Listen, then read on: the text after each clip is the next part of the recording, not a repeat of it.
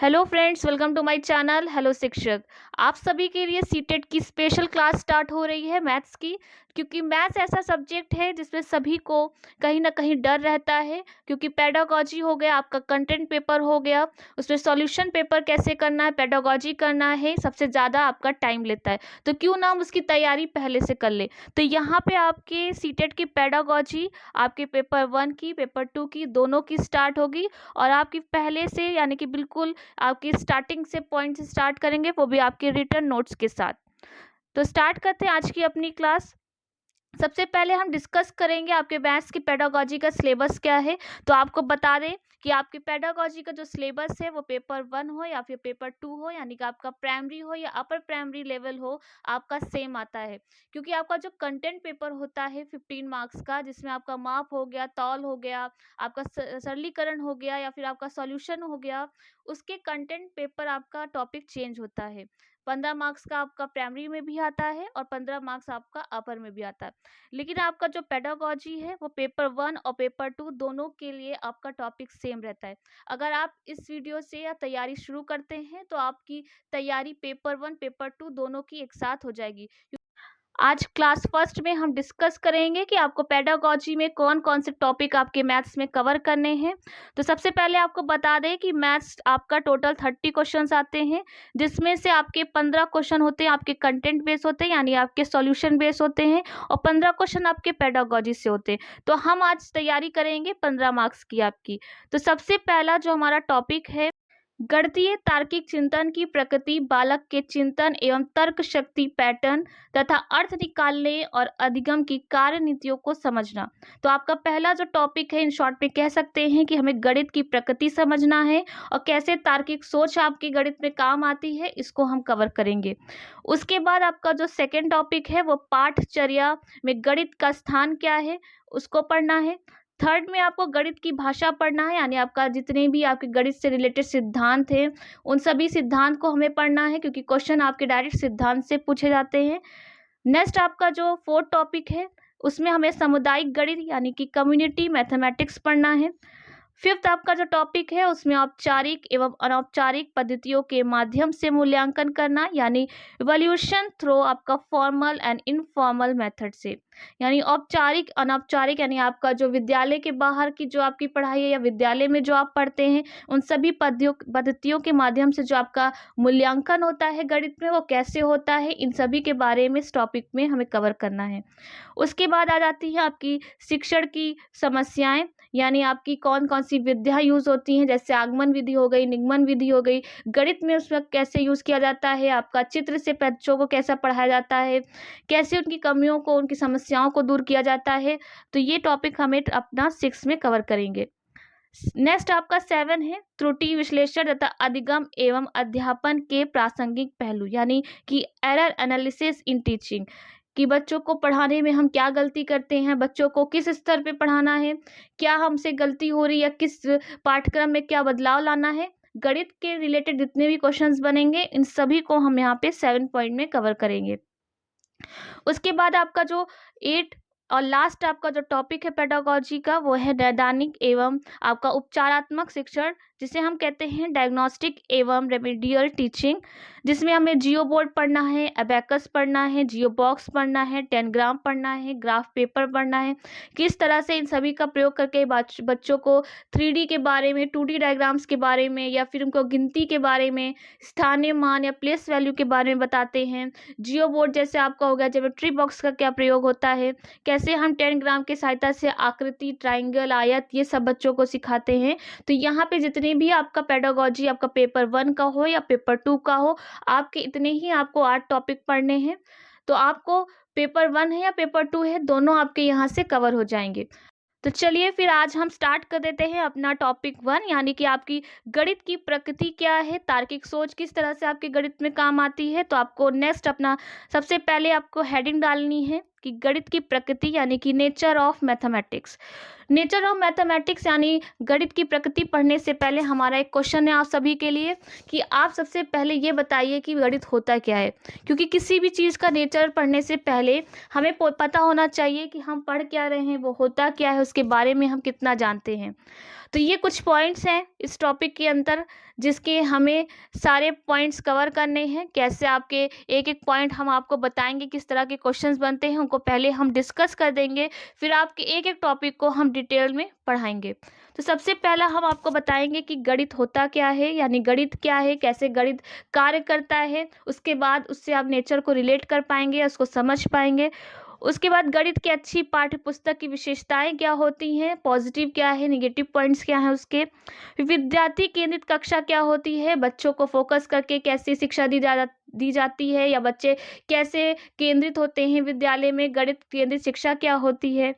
उसके बाद आपका शिक्षक केंद्रित कक्षा क्या होती है, फिर गणित की प्रकृति क्या होती है। जब ये 4 स्टार्टिंग के आप पॉइंट्स कवर कर लेंगे, फिर आसानी से आप रिलेट कर लेंगे कि आखिर गणित की प्रकृति यानी नेचर क्या होता है, कैसे शिक्षक का कार्य होता है, कैसे बालक का बिहेवियर होता है, कैसे बालक को स्टडी होती है, या फिर हमारा गणित होता ही क्या है। बेसिक चीज़ें जब हम जान लेंगे, उसके बाद हम उसकी प्रकृति पर आएंगे।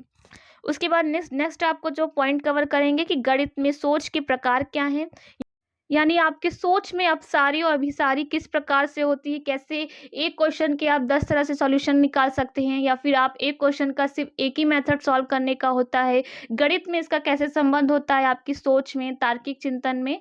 तो ये आपका पॉइंट इसमें कवर करेंगे। उसके बाद गणित की पाठचर्या निर्माण के सिद्धांत क्या होते हैं, और गणित शिक्षण को प्रभावित करने वाले कारक क्या क्या होते हैं।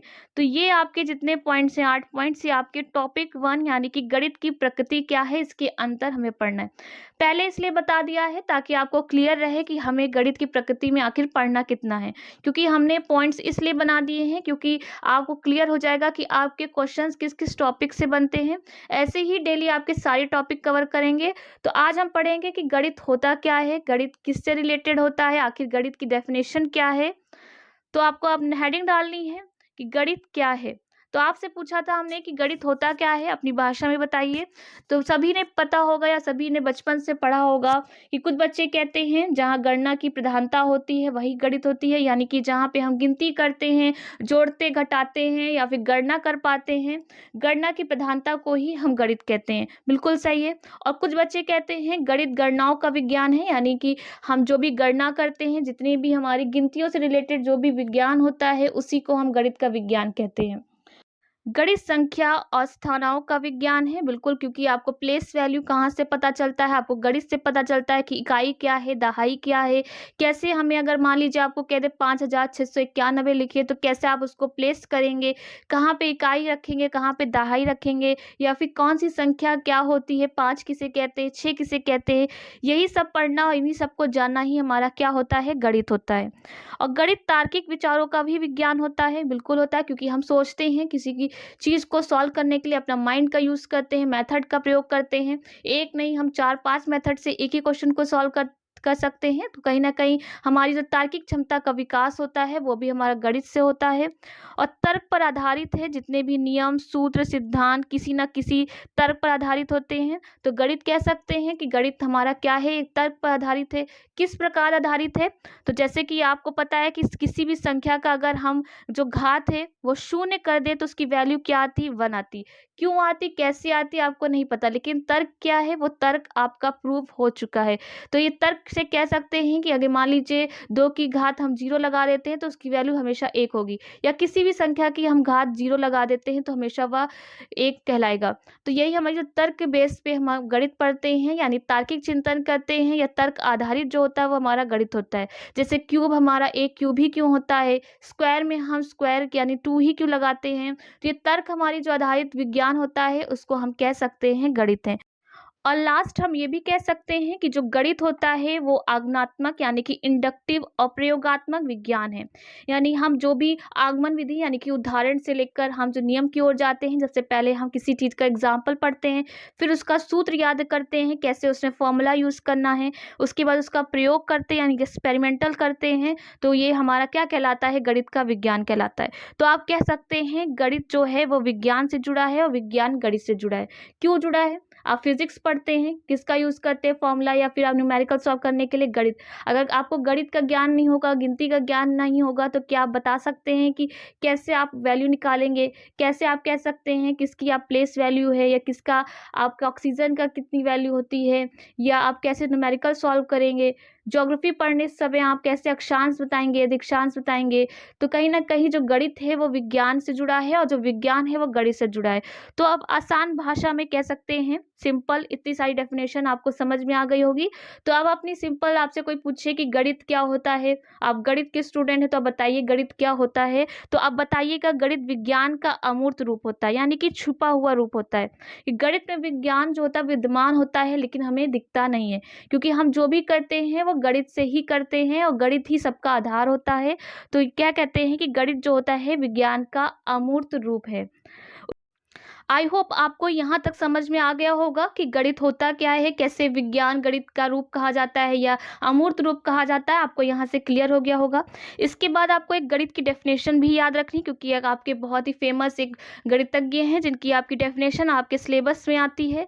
तो लॉक के अनुसार उनका क्या कहना है कि गणित वह माध्यम है जिसके द्वारा हम बच्चों के मन व मस्तिष्क तर्क करने की आदत का स्थापित करते हैं, यानी कि गणित वह माध्यम है जिसके द्वारा हम बच्चों के मन में या मस्तिष्क में तर्क करने यानी सोचने की, चिंतन करने की जो आदत है उसको स्थापित करते हैं, ताकि बच्चा अपना जो माइंड है उसको यूज़ कर सके, किस लेवल तक उसको बढ़ा सकता है, कैसे स्तर पर वो सीख सकता है। ये सब जो करने का तरीका है या जो आपको मोटिवेट करता है, कहीं न कहीं आपको गणित करता है। तो ये जो लॉग की डेफिनेशन है अब आपको अच्छे से अपने नोट्स में नोट कर लीजिएगा, क्योंकि बहुत इंपॉर्टेंट हो जाती है। उसके बाद आप जो फर्स्ट टॉपिक कवर कर रहे थे गणित की प्रकृति, उसका आपका सेकंड टॉपिक क्या था? गणित की अच्छी पाठ्य पुस्तक की विशेषताएं क्या हैं? गणित क्या है हमने पढ़ लिया, उसकी डेफिनेशन भी पढ़ ली। अब हमें पढ़ना है कि गणित की अच्छी पाठ्य पुस्तक की विशेषताएं क्या हैं। तो कल की क्लास में हम क्लास सेकंड को यहीं से कंटिन्यू करेंगे कि आपकी गणित की एक अच्छी पाठ्य पुस्तक की विशेषताएं क्या होती हैं, किस तरह से आपके पेडागोजी में क्वेश्चंस बनते हैं। हम आपके हर टॉपिक के बाद क्वेश्चंस भी कराएंगे, क्योंकि क्वेश्चंस की प्रैक्टिस नहीं करेंगे तो समझ में नहीं आएगा कि आपने टॉपिक जो पढ़ा है वो आपको समझ में आया है या नहीं आया है। इसलिए आपके जब 2 टॉपिक कवर हो जाएंगे तो 2 टॉपिक के क्वेश्चंस कराएंगे, फिर नेक्स्ट 2 टॉपिक आपके कराएंगे। तो कल की क्लास में हम कंटिन्यू करेंगे गणित की एक अच्छी पाठ्य पुस्तक की विशेषताएं क्या हैं, कौन कौन से पॉजिटिव पॉइंट्स हैं, उसके कौन से नेगेटिव पॉइंट्स आते हैं। तो अगर आपको ये वीडियो अच्छा लगा हो, आपको समझ में आया हो, तो कमेंट करके ज़रूर बताइएगा, क्योंकि आपके लिए इतनी मेहनत कर रहे हैं तो कहीं ना कहीं हमें भी मोटिवेशन चाहिए होता है। तो चैनल से जुड़े रहिएगा, लाइक कमेंट शेयर करना ना भूलिएगा। आज के लिए आपको थैंक यू।